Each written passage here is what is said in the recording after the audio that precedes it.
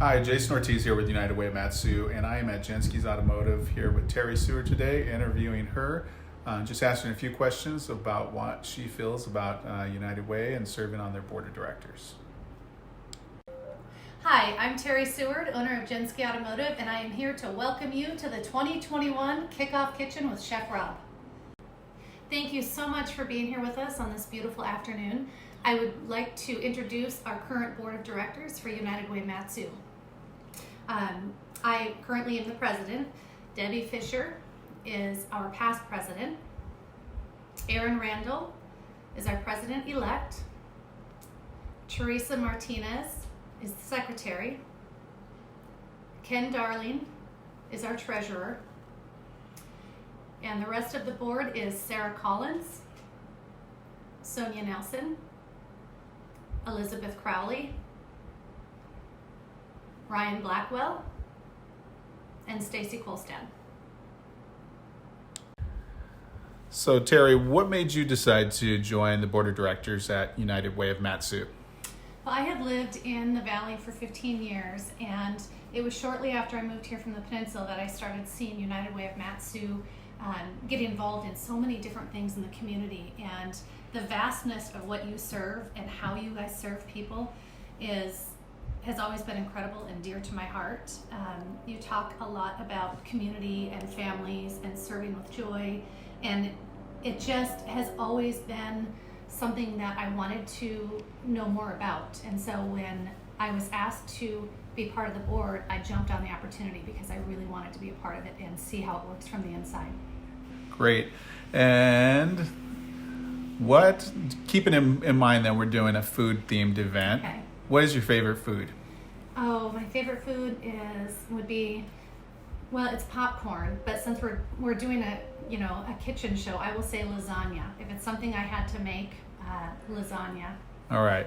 And what is something special about United Way, in addition to serving on their board? What's something special that you think is really cool about United Way Mat-Su?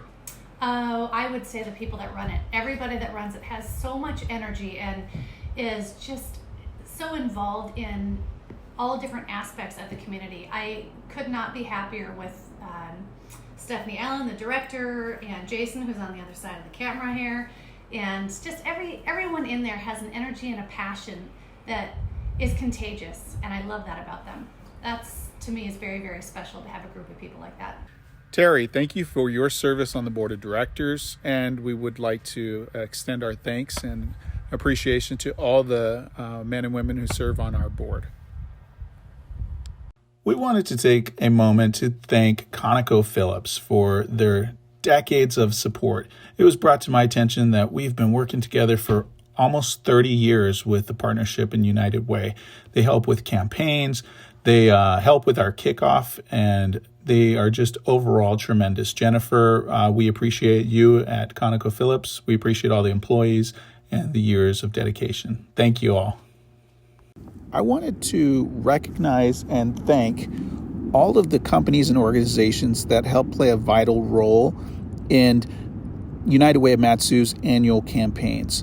So, for instance, Alaska Sales and Service, Tiffany Morrison works there. She's great. I had the opportunity to visit with her this year. One of the few places that, despite the pandemic, has made it difficult, but I was able to bring them donuts. She always has a smile on her face. Alyeska Pipeline Services Company, they're a great partner. Margaret Hale's kind of new in the role that she's in as far as helping out with United Way campaign stuff. She's been phenomenal. CCS is a huge partner. Serena Lee just goes above and beyond. We have such a great working relationship. I could count on her, and she's always there to answer questions. Ellis Group, Susan Ellis, she's a very huge, big heart. She has loves United Way working with us, and they're a small crew, kind of like us at United Way Mat-Su, but they do big things, and she's a huge partner in helping. At NSTAR, we have Dave Kohlberg and Ryan Blackwell. Both of them are huge supporters and work great with us. FNBA, that's First National Bank of Alaska, Danielle Howard and Craig Thorne, both at different branch locations. We actually did a virtual. They were one of our first virtual campaigns that we did. We got to do that and work out the bugs with them, but they were awesome in helping with that whole transition. MEA, longtime partner, Sabrina Combs there. She helped facilitate everything and providing some fun prizes for their crew there at MEA. At MISCA, the Mat-Su Services for Children, as Terry Newell, and she does a fantastic job of just informing the staff of what's going on and sharing our videos that we did this year. MTA, we have Claire Curran and Jacqueline Webb. Both of them worked together this year to help me do the virtual campaign. We emailed a bunch back and forth, set up a few meetings, and we're able to do some cool prizes for their employees to help increase the giving this year in our annual campaign. At the Matanuska Valley Federal Credit Union, we have Angela Hobbs, Northrim Bank, Diana Soliday, and Lyndon. They are a longtime supporter. This year I got to meet Emily Stewart. She's one of the newer employees there, and we had some great conversations, and we're looking forward to doing some really cool campaign stuff later on this year as well. And so, yes, just wanted to, again, give a big round of applause to all our campaign supporters. Thank you all. So this is a new award that we as a team talked about and decided that the Mat-Su Health Foundation needed to be recognized. They go above and beyond helping so many nonprofits in the community, enabling them to achieve goals that they could not have reached by themselves alone. Just this past year, they helped provide support for the McKinley Fire Rebuild, Stuff the Bus, which is helping thousands of youths, the Youth 360 program, which is dedicated to helping kids in the Mat-Su, and the list goes on. We are only one of the many fantastic organizations in the Mat-Su, but we are all fortunate to have them in our community. This recognition is a testament to our long-standing partnership that exists between our organizations, our shared goals, and our commitment to uplifting our community together as one. Recognizing Pacesetters is our way of applauding the organizations and agencies that have joined forces to build brighter futures for everybody in the community, to move that needle and close the gap.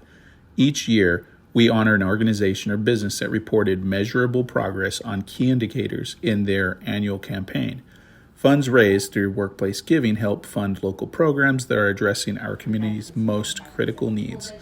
All around our community, people, agencies, companies, small businesses, and large industries are working to make our annual campaigns a great success. Personally, I think the folks at CCS have been amazing this year. They rocked their campaign, and they've been focused with the Meals for Littles program, which has them packing meals for kids. And overall, they are essential to achieving early school success. Thanks, Jason. I'm Becky Stopa, the Community Impact Director at United Way of Mat-Su. As schools and businesses shut down and families struggle to deal with the pandemic, United Way of Mat-Su, along with Thrive Mat-Su, stepped in to help. We provided students with laptops and paid internet fees to support virtual learning, purchased cell phones for students experiencing housing instability, provided heating assistance for families struggling financially, and helped daycare centers purchase cleaning and disinfecting supplies and PPE so they could keep their doors open. In addition, United Way of Mat-Su distributed community impact grants totaling $100,000 to help nonprofit agencies across the valley meet the health and human services needs of our community. Each of these projects, funded by our community impact grants, along with all of the other work that our United Way of Mat-Su staff does day in, day out, address issues of education, financial stability, and health, the building blocks of a strong, vibrant, and healthy community. And now back to you, Jason. So thank you for joining us tonight. I wanted to talk about three main topics: giving, volunteering, and impact. And specifically, the impact that United Way of Mat-Su has had in our community during the last year. In regards to giving, the Chronicle of Philanthropy recently reported that online contributions grew by 32% from 2019 leading into 2020. It's probably not surprising to us because of the pandemic and our need to shift online. Heck, look at all of us right now. We're on here watching via Zoom. I think it's deeper, and I personally think that it's just a sign that many people in our country, and specifically in Alaska and in the Mat-Su, are struggling themselves. Maybe not financially, but it could be mentally or socially. So many different struggles that are going on, and people are seeing those struggles around them, and they're seeing that hardship, and they're really rising up, and they're doing what they can do to support those causes. Here at United Way of Mat-Su, we saw people support COVID-19 related giving through their contributions by just donating, because they knew that we were helping in the community.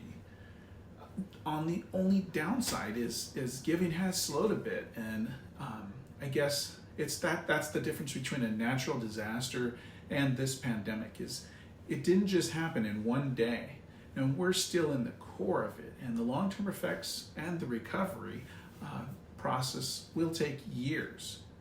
So I guess my call to action today is, if you have the means to help, please consider giving to United Way of Mat-Su. I'm going to go ahead and throw a link right here that tells you how to go to our website and give if you have that means. I would like to talk more about volunteering and what we did in Mat-Su to make this a better community for all of us. Next topic of volunteering. So there are statistics that were published in 2017 that said a little over 40% of Alaskans volunteered with some sort of organization. That is awesome news, but it does make you wonder, why do people volunteer? I think that people need to be connected to the cause, and that cause needs to be worth your time to engage with any organization. I recently heard someone talk about how ignored trends equal missed opportunities. And I think that there's a lot of truth to that, because if we're not aware, we cannot make good choices regarding some of the important things that we are leveraging. And I think, or let me rephrase, I know that each and every one of you are important in our community and leverage that kind of opportunity that I do not want to miss. Every one of you can be an ambassador for United Way of Mat-Su by sharing what we're doing on social media and connecting us with your networks, because it helps our cause to have an equal playing field regarding health, financial stability, and education for all residents in the Mat-Su. Volunteering is only one facet of philanthropy. Volunteering to me is a strategy and a resource that helps sustain services. It helps to drive our mission, and ultimately it serves our community the best. Stuff the Bus event was transformed in the last minute to a drive-through style event. We were all scrambling to get this organized because we usually have an in-person event. I was writing the COVID mitigation plan for the Menard Center. Michelle, Stephanie, and Becky were organizing every minute detail, and in the end we pulled it off. We have dozens of volunteers, hundreds of cars go through our lines, and we saw countless smiles. It was fun. It was cool to see all the resiliency and how we can all be during a pandemic. And I think the public knew, they trusted us, our sponsors trusted us. We pulled it off, a successful event. Most importantly, we got the kids the supplies that they need to help them succeed. Thanks, Jason. I'm with Youth 360. Youth 360 is our effort to provide primary prevention through access to activities and connection to the community. We are operating youth clubs here on site at our Wasilla program, as well as in Houston. We have free programs for students in Houston and Wasilla, and we're operating after-school programs, summer programs, stipend-based community programs, community surveying, and data feedback. Youth 360 is based on the Icelandic prevention model that holds that if students have connection to high-quality community events and a network of supportive adults, they're more likely to thrive and flourish. That's pretty cool, Tyler. What kind of activities have you guys done during the pandemic? We've been able to keep our youth clubs open through most of the pandemic, socially distancing, connection activities, recreation, creative expression, youth leadership, and a wide variety of other things that middle and high school students are interested in. To you, Jason. All right, back to you, Jason.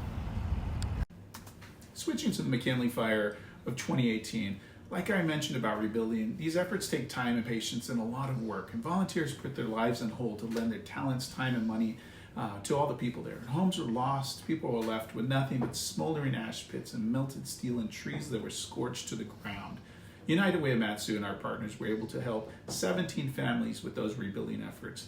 And sometimes you hear that saying that it takes a village to raise a kid. Well, in this respect, it takes a community to rebuild one as well. And recognizing a need without hesitation, working to make a difference in people's lives who would otherwise be left without much hope is what it is all about in the end. So the Early Childhood Partnership, I wanted to let you know what Michelle has been doing with that, and I'm going to turn it over to Michelle. The Early Childhood Partnership is a group including staff from United Way of Mat-Su and childhood and early education providers around the valley that aims to support children, families, and early childhood partners and providers through activities, scholarships, and all kinds of resources from around the valley. And one of the things that we did recently that was really awesome was our free weekly playtime at the Borough Gym. Well, before I turn it over to Jason, I'd like for everybody to look at our absolutely beautiful window. This is here in the United Way Mat-Su office. One of the other awesome projects that we are just wrapping up through Thrive Mat-Su and United Way of Mat-Su is our Messages of Hope window painting campaign. Stellar local artist Audrey Niekamp Rieger has been running all over the valley painting these messages of hope and just bright sunny designs on windows of businesses around the valley, just trying to lift everybody's spirits with some color and some fun and some messages of hope. Jason, back to you. Week of Caring 2021. I know you might not all know what it is. Don't worry, I'm new to this as well. So basically, Week of Caring is where we partner up nonprofits who have wish lists of projects that they need to be done. And then we pair those up with companies who are willing and have able-bodied people to work on those projects. This year, Week of Caring is from May 20th through May 24th. Hope you guys can get involved. So we don't want to take up too much of your time this evening because we know your time is valuable. So what I'm going to do now is I'm going to turn it over to Michelle, and I'm going to let Michelle introduce Chef Rob.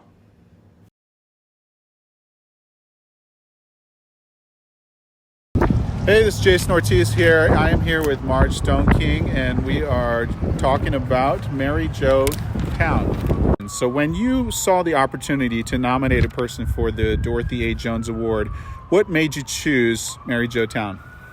Mary Jo is a catalyst for community, and she has really built the local presence for AARP in the Mat-Su Valley. Mary Jo has continued to lead the AARP Mat-Su Community Action Team since 2014, working to make Mat-Su a community of focus under the National AARP Livable Communities Program. Donna Anthony has been an outstanding volunteer leader in our Alaska community. I am nominating her for the Dorothy A. Jones Lifetime Achievement Award. Donna Anthony is kind of a hero of mine. Watching her do her job in the community as a Palmer police officer, and in the process seeing the people that she's serving and deciding, hey, someone needs to do something about this. Stacy Lobdell is the sort of person that comes to mind immediately when you say volunteer. She spends a lot of time here, 20, 25 hours a week, and I would venture to imagine that every member of the staff, if you ask that same question to them, the first person that would come to mind is Stacy Lobdell. She's around all the time. Ms. Lobdell works tirelessly at Frontline Mission. She as a volunteer spends as much as 25 hours per week at Frontline Mission. Rachel is a consummate volunteer in our community and understands that the importance of serving others in our community is something we must instill in children from a very young age. So when you saw the opportunity to nominate Rachel House for Volunteer of the Year, what made you choose Rachel? It was unquestionable. She is somebody who understands that to live in a community is to serve one's community. And so I don't think she does it merely out of obligation. I think it gives her a lot of fulfillment, and she just feels like it's the right thing to do. If you had to ask yourself that same question for Barbara Hunt, who you also nominated for Volunteer of the Year, what would you say? What would you say the reasoning would be for you choosing her? I think that Barbara has had numerous eras here in the Valley and in Palmer. I think her influence is so widespread. I'm sure she's received numerous awards before. I'm relatively new here. I've been here about 5.5 years, but I've never met somebody whose tentacles flow so widely through a community, and who is so versed in the way that she does it. She does it through words, she does it through various media platforms, and I think most importantly, she does it through art.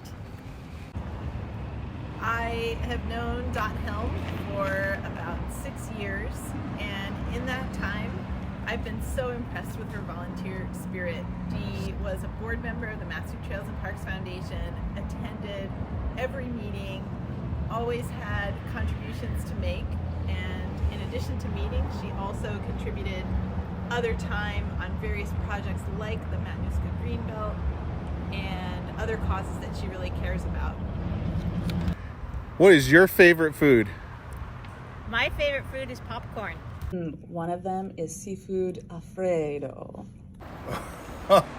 Two things come to mind immediately: roast beef and apple pie. Can't go wrong there. Now, Probably just really good cheese, really good bread, and a good wine. Ice cream. Oh, you can't go wrong. What kind of ice cream? Regular vanilla What? ice cream. Bubble gum is my ice cream choice. I'm a purist with ice cream. Thanks, Michelle. I think you're ready for Hollywood. So the amusement park cleanup, last year, we had the chance to clean up amusement park in Palmer. For those of you that don't know where it's at, it's located kind of over and tucked in the little downtown area of Palmer. Well, we had a call of action. The media came out, volunteers showed up, and APR Rentals in Palmer was kind enough to donate all the machinery that we needed, a quick trip to Lowe's for paint and other supplies, and we were ready to rock. It was so much fun to get out, get some fresh air, see the park spruced up.